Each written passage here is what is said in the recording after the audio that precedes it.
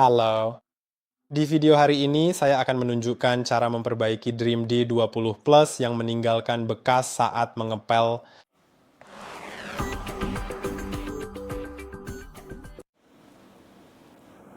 Dalam kebanyakan kasus, itu disebabkan oleh kain pel Anda yang tidak bersih atau tingkat air yang terlalu tinggi.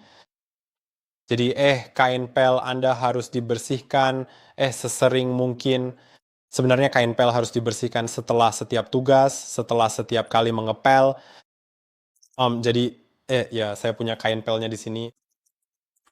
Anda bisa memasukkannya ke dalam mesin cuci. Anda juga bisa mencucinya dengan tangan, terserah Anda. Lalu pasang pada dudukan ini.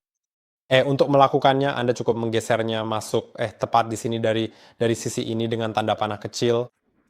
Lalu pasang. Pastikan untuk meregangkannya. Itu juga sangat penting. Pastikan untuk meregangkannya agar terpasang rata seperti itu di kedua sisi, supaya tidak ada tonjolan di sini. Lalu tentu saja pasang di bagian belakang robot. Nah, jika itu tidak membantu, maka Anda mungkin perlu menurunkan aliran air di aplikasinya.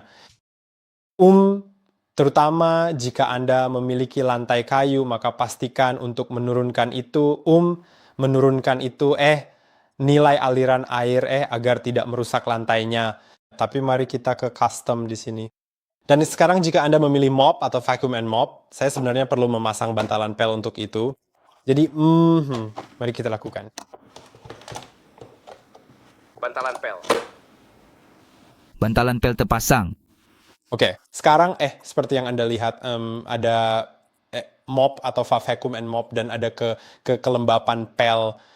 Dan Anda bisa mengubah jumlah air yang digunakan untuk mengepel ke tingkat yang diinginkan, dan saya rasa itu pasti akan membantu Anda. Anda harus menurunkannya agar mengeluarkan terlalu banyak air. Dan ya, saya harap video ini bermanfaat. Jangan lupa untuk like dan subscribe, dan sampai jumpa di video berikutnya.